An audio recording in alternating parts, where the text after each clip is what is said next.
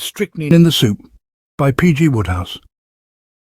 From the moment the draft stout entered the bar parlour of the Angler's Rest, it had been obvious that he was not his usual cheery self. His face was drawn and twisted, and he sat with bowed head in a distant corner by the window, contributing nothing to the conversation which, with Mr. Mulliner as its centre, was in progress around the fire. From time to time he heaved a hollow sigh. A sympathetic lemonade and angostura, puffing down his glass, went across and laid a kindly hand on the sufferer's shoulder. "What is it, old man?" he asked. "Lost a friend?" "Worse," said the draft stout. "A mystery novel. Got halfway through it on the journey down here and left it in the train."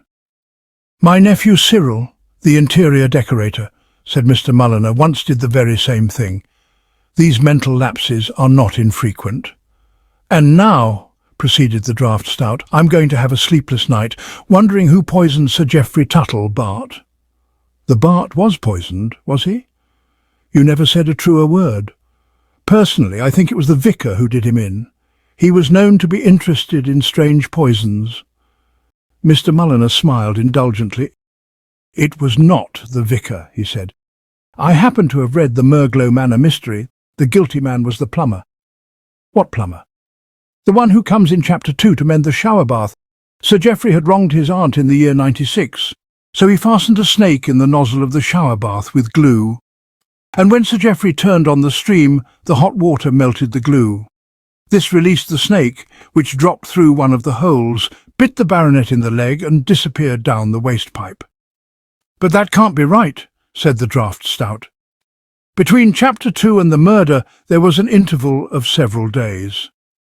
The plumber forgot his snake and had to go back for it," explained Mr. Mulliner. "I trust that this revelation will prove sedative." "I feel a new man," said the draft stout. "I'd have lain awake worrying about that murder all night." "I suppose you would. My nephew Cyril was just the same."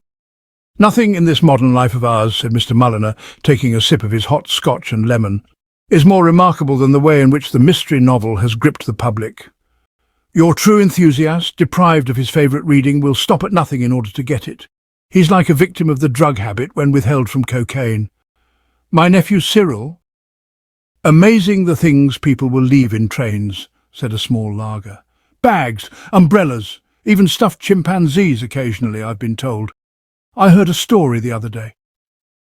"My nephew Cyril," said Mr. Mulliner, "had a greater passion for mystery stories than anyone I have ever met. I attribute this to the fact that, like so many interior decorators, he was a fragile, delicate young fellow, extraordinarily vulnerable to any ailment that happened to be going the rounds. Every time he caught mumps or influenza or German measles or the like, he occupied the period of convalescence in reading mystery stories. And as the appetite grows by what it feeds on, he had become, at the time at which this narrative opens, a confirmed addict. Not only did he devour every volume of this type on which he could lay his hands, but he was also to be found at any theatre which was offering the kind of drama where skinny arms come unexpectedly out of the chiffonier, and the audience feels a mild surprise if the lights stay on for 10 consecutive minutes. And it was during a performance of The Grey Vampire at the St. James's that he found himself sitting next to Amelia Bassett, the girl whom he was to love with all the stored-up fervour of a man who hitherto had been inclined rather to edge away when in the presence of the other sex. He did not know her name was Amelia Bassett. He had never seen her before. All he knew was that at last he had met his fate, and for the whole of the first act he was pondering the problem of how he was to make her acquaintance. It was as the lights went up for the first intermission that he was aroused from his thoughts by a sharp pain in the right leg. He was just wondering whether it was gout or sciatica when, glancing down, he perceived that what had happened was that his neighbour, absorbed by the drama, had absent-mindedly collected a handful of his flesh and was twisting it in an ecstasy of excitement. It seemed to Cyril a good point d'appui. "Excuse me," he said. The girl turned. Her eyes were glowing and the tip of her nose still quivered. "I beg your pardon?" "My leg," said Cyril. Might I have it back, if you've finished with it? The girl looked down. She started visibly. I'm awfully sorry, she gasped. Not at all, said Cyril. Only too glad to have been of assistance. I got carried away. You're evidently fond of mystery plays. I love them. So do I. And mystery novels? Oh, yes. Have you read Blood on the Banisters? Oh, yes. I thought it was better than Severed Throats. So did I, said Cyril. Much better. Brighter murders, subtler detectives, crisper clues, better in every way. The two twin souls gazed into each other's eyes. There is no surer foundation for a beautiful friendship than a mutual taste in literature. My name is Amelia Bassett, said the girl. Mine is Cyril Mulliner. Bassett? He frowned thoughtfully. The name seems familiar. Perhaps you have heard of my mother, Lady Bassett. She's rather a well-known big-game hunter and explorer. She tramps through jungles and things. She's gone out to the lobby for a smoke. By the way, she hesitated, if she finds us talking, will you remember that we met at the Polterwoods? I quite understand. You see, Mother doesn't like people who talk to me without a formal introduction. And when Mother doesn't like anyone, she is so apt to hit them over the head with some hard instrument. I see, said Cyril. Like the human ape in Gore by the gallon. Exactly. Tell me, said the girl, changing the subject. If you were a millionaire, would you rather be stabbed in the back with a paper knife or found dead without a mark on you, staring with blank eyes at some appalling sight? Cyril was about to reply, when looking past her, he found himself virtually in the latter position. A woman of extraordinary formidableness had lowered herself into the seat beyond and was scrutinizing him keenly through a tortoiseshell lorgnette. She reminded Cyril of Wallace Beery. "Friend of yours, Amelia?" she said. "This is Mr. Mulliner, Mother. We met at the Polterwoods." "Ah?" said Lady Bassett. She inspected Cyril through her lorgnette. "Mr. Mulliner," she said, "is a little like the chief of the Lower Icisi, though of course he was darker and had a ring through his nose. A dear good fellow," she continued reminiscently, but inclined to become familiar under the influence of trade gin. "I shot him in the leg." Why?" asked Cyril. "He was not behaving like a gentleman," said Lady Bassett primly. "After taking your treatment," said Cyril, awed, "I'll bet he could have written a book of etiquette." "I believe he did," said Lady Bassett carelessly. "You must come and call on us some afternoon, Mr. Mulliner. I'm in the telephone book. If you're interested in man-eating pumas, I can show you some nice heads." The curtain rose on Act 2, and Cyril returned to his thoughts. Love, he felt joyously, had come into his life at last. But then, so he had to admit, had Lady Bassett. There is, he reflected, always something. I will pass lightly over the period of Cyril's wooing. Suffice it to say that his progress was rapid. From the moment he told Amelia that he had once met Dorothy Sayers, he never looked back. And one afternoon, calling and finding that Lady Bassett was away in the country, he took the girl's hand in his and told his love. For a while all was well. Amelia's reactions proved satisfactory to a degree. She checked up enthusiastically on his proposition. Falling into his arms, she admitted specifically that he was her dream man. Then came the jarring note. "But it's no use," she said, her lovely eyes filling with tears. "Mother will never give her consent." "Why not?" said Cyril, stunned. "What is it she objects to about me?" "I don't know. But she generally alludes to you as that pipsqueak." "Pipsqueak?" said Cyril. "What is a pipsqueak?" "I'm not quite sure, but it's something Mother doesn't like very much. It's a pity she ever found out that you are an interior decorator." "An honourable profession," said Cyril a little stiffly. "I know, but what she admires are men who have to do with the great open spaces." "Well, I also design ornamental gardens." "Yes," said the girl doubtfully, "but still." "And dash it," said Cyril indignantly, "this isn't the Victorian age. All that business of Mother's consent went out 20 years ago." "Yes, but no one told Mother." "It's preposterous," cried Cyril. "I never heard such rot. Let's just slip off and get married quietly and send her a picture postcard from Venice or somewhere, with a cross and a 'This is our room. Wish you were with us' on it." The girl shuddered. "She would be with us," she said. "You don't know, Mother. The moment she got that picture postcard, she would come over to wherever we were and put you across her knee and spank you with a hairbrush. I don't think I could ever feel the same towards you if I saw you lying across Mother's knee, being spanked with a hairbrush. It would spoil the honeymoon." Cyril frowned. But a man who has spent most of his life trying out a series of patent medicines is always an optimist. "There is only one thing to be done," he said. "I shall see your mother and try to make her listen to reason. Where is she now?" "She left this morning for a visit to the Winghams in Sussex." "Excellent. I know the Winghams. In fact, I have a standing invitation to go and stay with them whenever I like. I'll send them a wire and push down this evening. I will oil up to your mother sedulously and try to correct her present unfavourable impression of me. Then, choosing my moment, I will shoot her the news. It may work, it may not work, but at any rate I consider it a fair sporting venture. But you are so diffident, Cyril, so shrinking, so retiring and shy. How can you carry through such a task? Love will nerve me. Enough, do you think? Remember what Mother is. Wouldn't a good strong drink be more help?" Cyril looked doubtful. "My doctor has always forbidden me alcoholic stimulants. He says they increase the blood pressure." "Well, when you meet Mother, you will need all the blood pressure you can get. I really do advise you to fuel up a little before you see her." "Yes," agreed Cyril, nodding thoughtfully. "I think you're right. It shall be as you say. Goodbye, my angel one." "Goodbye, Cyril, darling. You will think of me every minute while you're gone?" "Every single minute?" "Well, practically every single minute.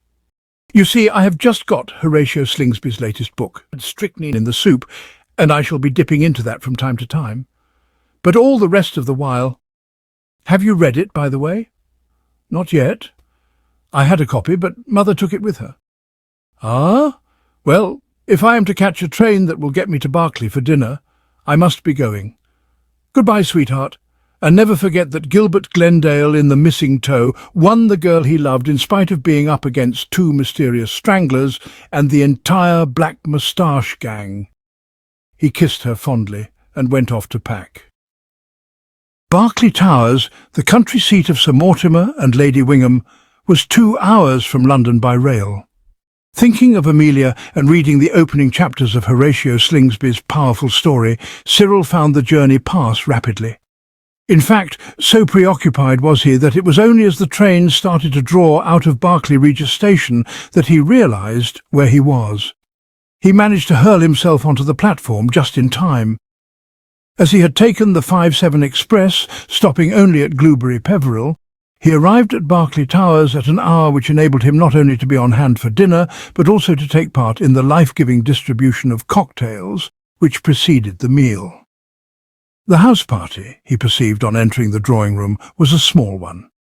Besides Lady Bassett and himself, the only visitors were a nondescript couple of the name of Simpson, and a tall, bronzed, handsome man with flashing eyes who, his hostess informed him in a whispered aside, was Lester Maple Durham, pronounced Mum, the explorer and big-game hunter.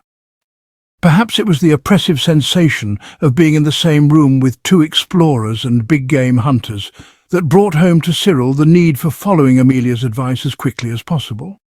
But probably the mere sight of Lady Bassett alone would have been enough to make him break a lifelong abstinence. To her normal resemblance to Wallace Beery, she appeared now to have added a distinct suggestion of Victor McLaglen, and the spectacle was sufficient to send Cyril leaping toward the cocktail tray. After 3 rapid glasses, he felt a better and a braver man.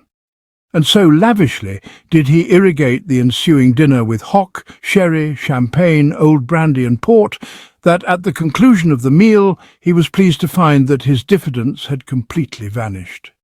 He rose from the table feeling equal to asking a dozen Lady Bassetts for their consent to marry a dozen daughters. In fact, as he confided to the butler, prodding him genially in the ribs as they spoke, if Lady Bassett attempted to put on any dog with him, he would know what to do about it. He made no threats, he explained to the butler. He simply stated that he would know what to do about it.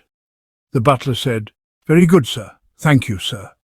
And the incident closed.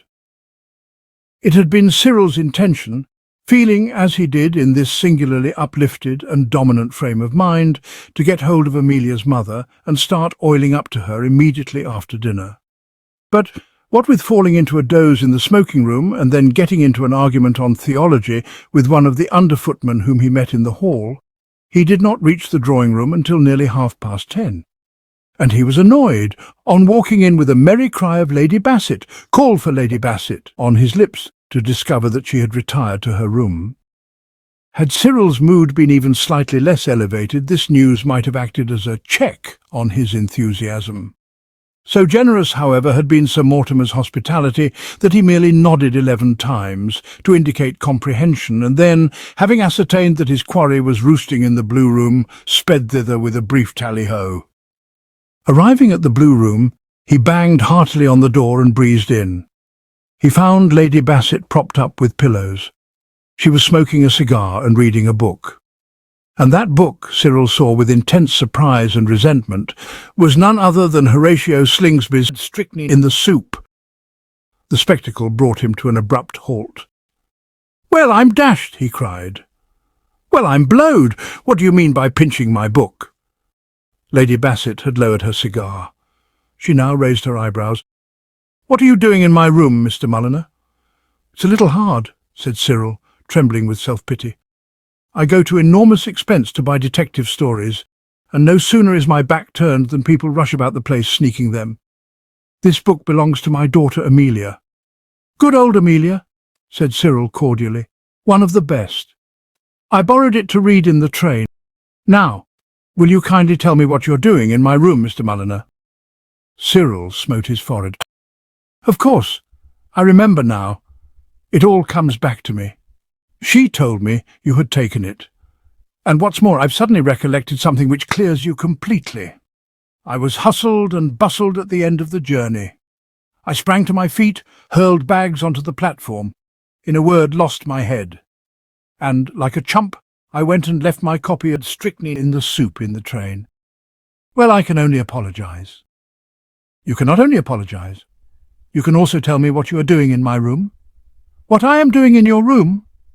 "Exactly." "Ah," said Cyril, sitting down on the bed. "You may well ask. I have asked. 3 times. Cyril closed his eyes. For some reason his mind seemed cloudy and not at its best. "If you are proposing to go to sleep here, Mr. Mulliner," said Lady Bassett, "tell me, and I shall know what to do about it." The phrase touched a chord in Cyril's memory. He recollected now his reasons for being where he was. Opening his eyes, he fixed them on her. "Lady Bassett," he said, "you are, I believe, an explorer." "I am." "In the course of your explorations, you have wandered through many a jungle in many a distant land?" "I have." "Tell me, Lady Bassett," said Cyril keenly, "while making a pest of yourself to the denizens of those jungles, did you notice one thing? I allude to the fact that love is everywhere. Aye, even in the jungle. Love, independent of bounds and frontiers of nationality and species, works its spell on every living thing, so that no matter whether an individual be a Congo native, an American songwriter, a jaguar, an armadillo, a bespoke tailor, or a tsetse fly, he will infallibly seek his mate. So why shouldn't an interior decorator and designer of ornamental gardens? I put this to you, Lady Bassett." "Mr. Mulliner," said his roommate, "you are blotto." Cyril waved his hand in a spacious gesture and fell off the bed. "Blotto I may be," he said, resuming his seat. "But nonetheless, argue as you will, you can't get away from the fact that I love your daughter Amelia." There was a tense pause. "What did you say?" cried Lady Bassett. "When," said Cyril absently, for he had fallen into a daydream, and as far as the intervening blankets would permit, was playing "This Little Pig Went to Market" with his companion's toes. "Did I hear you say, my daughter Amelia?" "Grey-eyed girl, medium height, sort of browny red hair," said Cyril to assist her memory. "Dash it, you must know Amelia. She goes everywhere. And let me tell you something, Mrs. I've forgotten your name. We're going to be married, if I can obtain her foul mother's consent. Speaking as an old friend, what would you say the chances were? Extremely slight. Eh? Seeing that I am Amelia's mother? Cyril blinked, genuinely surprised. Why, so you are. I didn't recognize you. Have you been there all the time? I have. Suddenly Cyril's gaze hardened. He drew himself up stiffly. What are you doing in my bed? He demanded. This is not your bed. Then whose is it? Mine. Cyril shrugged his shoulders helplessly. Well, it all looks very funny to me, he said. I suppose I must believe your story, but I repeat, I consider the whole thing odd, and I propose to institute very strict inquiries. I may tell you that I happen to know the ringleaders. I wish you a very hearty good night. It was perhaps an hour later that Cyril, who had been walking on the terrace in deep thought, repaired once more to the Blue Room in quest of information.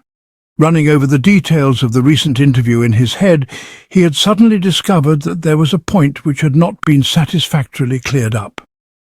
I say, he said. Lady Bassett looked up from her book, plainly annoyed.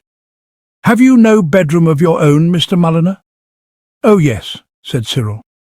They've bedded me out in the moat room, but there was something I wanted you to tell me. Well? Did you say I might or mightn't? Might or mightn't what? Marry Amelia? No, you may not. No? No. Oh, said Cyril. Well, pip-pip once more. It was a moody Cyril Mulliner who withdrew to the moat room. He now realized the position of affairs. The mother of the girl he loved refused to accept him as an eligible suitor. A Dickens of a situation to be in, felt Cyril, somberly unshoeing himself. Then he brightened a little. His life, he reflected, might be wrecked, but he still had 2/3 of strychnine in the soup to read. At the moment when the train reached Barkley Regis station, Cyril had just got to the bit where Detective Inspector Mould looks through the half-open cellar door and, drawing in his breath with a sharp, hissing sound, recoils in horror. It was obviously going to be good. He was just about to proceed to the dressing table where, he presumed, the footman had placed the book on unpacking his bag, when an icy stream seemed to flow down the centre of his spine, and the room and its contents danced before him. Once more he had remembered that he had left the volume in the train. He uttered an animal cry and tottered to a chair.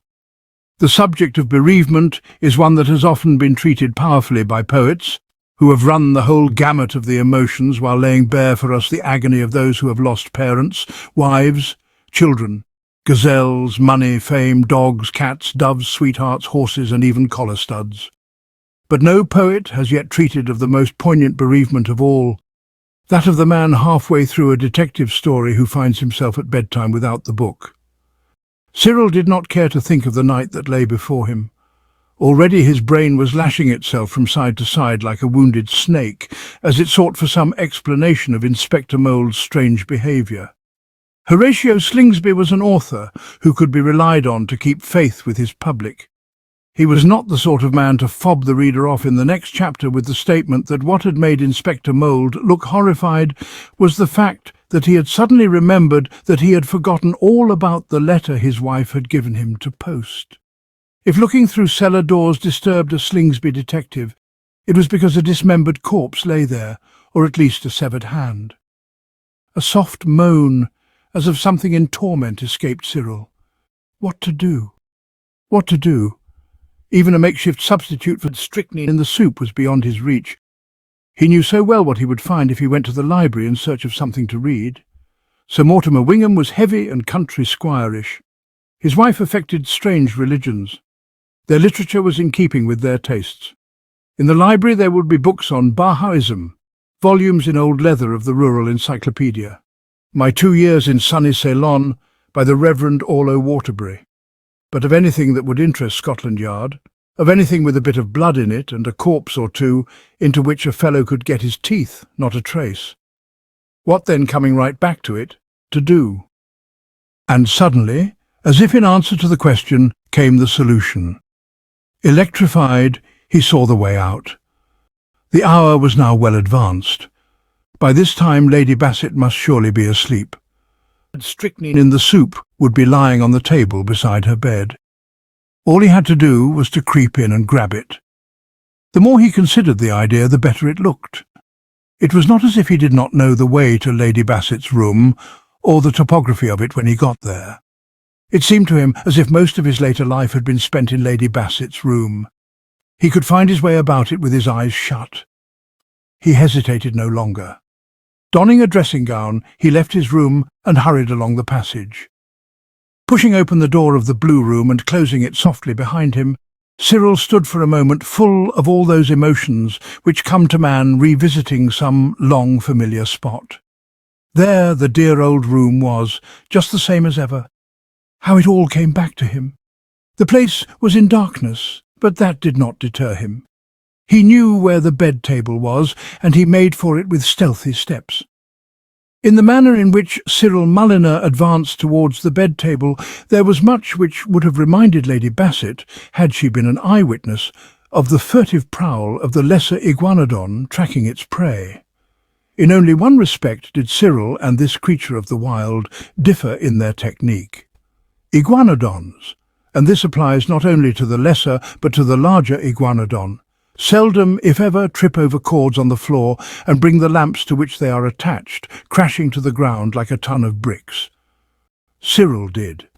Scarcely had he snatched up the book and placed it in the pocket of his dressing gown when his foot became entangled in the trailing cord and the lamp on the table leaped nimbly into the air, and to the accompaniment of a sound not unlike that made by 100 plates, coming apart simultaneously in the hands of 100 scullery maids, nosedived to the floor and became a total loss.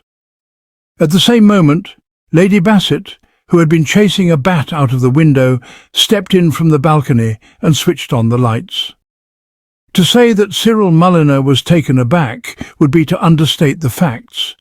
Nothing like his recent misadventure had happened to him since his 11th year, when, going surreptitiously to his mother's cupboard for jam, he had jerked 3 shelves down on his head containing milk, butter, homemade preserves, pickles, cheese, eggs, cakes and potted meat. His feelings on the present occasion closely paralleled that boyhood thrill. Lady Bassett also appeared somewhat discomposed. "You," she said. Cyril nodded, endeavouring the while to smile in a reassuring manner. "Hello," he said. His hostess's manner was now one of unmistakable displeasure. "Am I not to have a moment of privacy, Mr. Mulliner?" she asked severely. "I am, I trust, a broad-minded woman, but I cannot approve of this idea of communal bedrooms." Cyril made an effort to be conciliatory. "I do keep coming in, don't I?" he said. "You do," agreed Lady Bassett. "Sir Mortimer informed me, on learning that I had been given this room, that it was supposed to be haunted. Had I known that it was haunted by you, Mr. Mulliner, I should have packed up and gone to the local inn." Cyril bowed his head. The censure he could not but feel was deserved. "I admit," he said, "that my conduct has been open to criticism. In extenuation, I can but plead my great love. This is no idle social call, Lady Bassett. I looked in because I wished to take up again this matter of my marrying your daughter Amelia. You say I can't. Why can't I? Answer me that, Lady Bassett."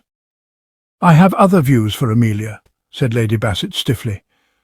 "When my daughter gets married, it will not be to a spineless, invertebrate product of our modern hothouse civilization, but to a strong, upstanding, keen-eyed, two-fisted he-man of the open spaces. I have no wish to hurt your feelings, Mr. Mulliner," she continued more kindly. "But you must admit that you are, when all is said and done, a pipsqueak." "I deny it," cried Cyril warmly. "I don't even know what a pipsqueak is. A pipsqueak is a man who has never seen the sun rise beyond the reaches of the lower Zambezi, who would not know what to do if faced by a charging rhinoceros." "What, pray, would you do if faced by a charging rhinoceros, Mr. Mulliner?" "I am not likely," said Cyril, "to move in the same social circles as charging rhinoceri. Or take another simple case, such as happens every day. Suppose you are crossing a rude bridge over a stream in equatorial Africa. You have been thinking of 100 trifles and are in a reverie. From this you wake to discover that in the branches overhead a python is extending its fangs towards you.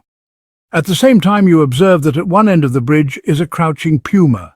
At the other are two headhunters, call them Pat and Mike, with poisoned blowpipes to their lips. Below, half hidden in the stream, is an alligator. What would you do in such a case, Mr. Mulliner? Cyril weighed the point. I should feel embarrassed, he had to admit. I shouldn't know where to look. Lady Bassett laughed an amused, scornful little laugh. Precisely. Such a situation would not, however, disturb Lester Maple Durham. Lester Maple Durham. The man who is to marry my daughter Amelia. He asked me for her hand shortly after dinner. Cyril reeled. The blow, falling so suddenly and unexpectedly, had made him feel boneless. And yet he felt he might have expected this. These explorers and big-game hunters stick together. In a situation such as I've outlined, Lester Maple Durham would simply drop from the bridge, wait till the alligator made its rush, insert a stout stick between its jaws, and then hit it in the eye with a spear, being careful to avoid its lashing tail. He would then drift downstream and land at some safer spot. That is the type of man I wish for as a son-in-law. Cyril left the room without a word. Not even the fact that he now had strychnine in the soup in his possession could cheer his mood of unrelieved blackness. Back in his room, he tossed the book moodily onto the bed and began to pace the floor. And he had scarcely completed 2 laps when the door opened. For an instant, when he heard the click of the latch, Cyril supposed that his visitor must be Lady Bassett, who, having put 2 and 2 together on discovering her loss, had come to demand her property back. And he cursed the rashness which had led him to fling it so carelessly upon the bed in full view. But it was not Lady Bassett. The intruder was Lester Maple Durham. Clad in a suit of pyjamas, which in their general colour scheme reminded Cyril of a boudoir he had recently decorated for a society poetess, he stood with folded arms, his keen eyes fixed menacingly on the young man. "Give me those jewels," said Lester Maple Durham. Cyril was at a loss. "Jewels? Jewels? What jewels?" Lester Maple Durham tossed his head impatiently. "I don't know what jewels. They may be the Wingham pearls or the Bassett diamonds or the Simpson sapphires. I'm not sure which room it was I saw you coming out of." Cyril began to understand. "Oh, did you see me coming out of a room?" "I did. I heard a crash, and when I looked out you were hurrying along the corridor." "I can explain everything," said Cyril. "I had just been having a chat with Lady Bassett on a personal matter. Nothing to do with diamonds." "You're sure?" said Maple Durham. "Oh, rather," said Cyril. "We talked about rhinoceri and pythons and her daughter Amelia and alligators and all that sort of thing, and then I came away." Lester Maple Durham seemed only half convinced. He said. "Well, if anything is missing in the morning, I shall know what to do about it." His eye fell on the bed. "Hello," he went on with sudden animation. "Slingsby's latest? Well, I've been wanting to get hold of this. I hear it's good. The Leeds Mercury says, 'These gripping pages.'" He turned to the door, and with a hideous pang of agony, Cyril perceived that it was plainly his intention to take the book with him. It was swinging lightly from a bronzed hand about the size of a medium ham. "Here," he cried vehemently. Lester Maple Durham turned. "Well?" "Oh, nothing," said Cyril. "Just good night." He flung himself face downwards on the bed as the door closed, cursing himself for the craven cowardice which had kept him from snatching the book from the explorer. There had been a moment when he had almost nerved himself to the deed, but it was followed by another moment in which he had caught the other's eye. And it was as if he had found himself exchanging glances with Lady Bassett's charging rhinoceros. And now, thanks to this pusillanimity, he was once more strychnine in the soupless. How long Cyril lay there, a prey to the gloomiest thoughts, he could not have said. He was aroused from his meditations by the sound of the door opening again. Lady Bassett stood before him. It was plain that she was deeply moved. In addition to resembling Wallace Beery and Victor McLaglen, She now had a distinct look of George Bancroft. She pointed a quivering finger at Cyril. "You hound!" she cried. "Give me that book!" Cyril maintained his poise with a strong effort. "What book? The book you sneaked out of my room? Has someone sneaked a book out of your room?" Cyril struck his forehead. "Great heavens!" he cried. "Mr. Mulliner," said Lady Bassett coldly, "more book and less gibbering." Cyril raised a hand. "I know who's got your book. Lester Maple Durham. Don't be absurd." "He has, I tell you. As I was on my way to your room just now, I saw him coming out, carrying something in a furtive manner. I remember wondering a bit at the time. He's in the clock room. If we pop along there now, we shall just catch him red-handed." Lady Bassett reflected. "It is impossible," she said at length. "He is incapable of such an act. Lester Maple Durham is a man who once killed a lion with a sardine opener." "The very worst sort," said Cyril. "Ask anyone. And he is engaged to my daughter." Lady Bassett paused. "Well, he won't be long if I find that what you say is true. Come, Mr. Mulliner." Together the two passed down the silent passage. At the door of the clock room they paused. A light streamed from beneath it. Cyril pointed silently to this sinister evidence of reading in bed, and noted that his companion stiffened and said something to herself in an undertone in what appeared to be some sort of native dialect.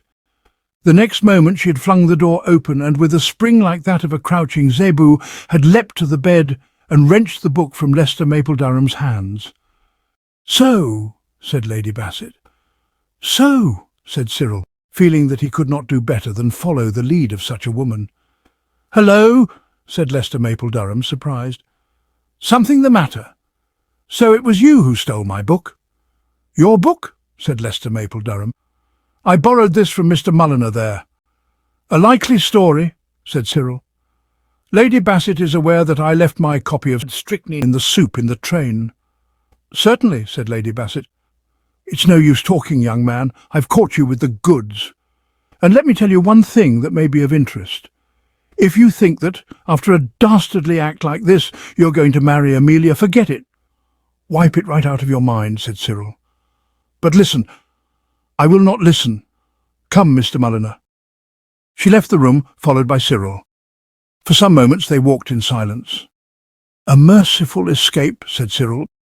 "For whom?" "For Amelia. My gosh, think of her tied to a man like that.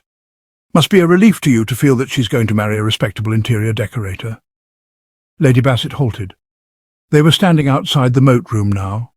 She looked at Cyril, her eyebrows raised. "Are you under the impression, Mr. Mulliner," she said, "that on the strength of what has happened, I intend to accept you as a son-in-law?" Cyril reeled. "Don't you?" "Certainly not." Something inside Cyril seemed to snap. Recklessness descended upon him. He became for a space a thing of courage and fire, like the African leopard in the mating season. "Oh," he said. And deftly whisking strychnine in the soup from his companion's hand, he darted into his room, banged the door, and bolted it. "Mr. Mulliner!" It was Lady Bassett's voice coming pleadingly through the woodwork. It was plain that she was shaken to the core, and Cyril smiled sardonically. He was in a position to dictate terms. "Give me that book, Mr. Mulliner." "Certainly not," said Cyril. "I intend to read it myself. I hear good reports of it on every side. The People's Intelligencer says, vigorous and absorbing." A low wail from the other side of the door answered him. "Of course," said Cyril suggestively. "If it were my future mother-in-law who was speaking, her word would naturally be law." There was a silence outside. "Very well," said Lady Bassett. "I may marry Amelia?" "You may." Cyril unbolted the door. "Come, mother," he said in a soft, kindly voice. "We will read it together down in the library." Lady Bassett was still shaken. "I hope I have acted for the best," she said. "You have," said Cyril. "You will make Amelia a good husband?" "Grade A," Cyril assured her. "Well, even if you don't," said Lady Bassett resignedly, "I can't go to bed without that book. I had just got to the bit where Inspector Mould is trapped in the underground den of the Faceless Fiend. Cyril quivered. "Is there a Faceless Fiend?" he cried. "There are 2 Faceless Fiends," said Lady Bassett. "My gosh," said Cyril. "Let's hurry."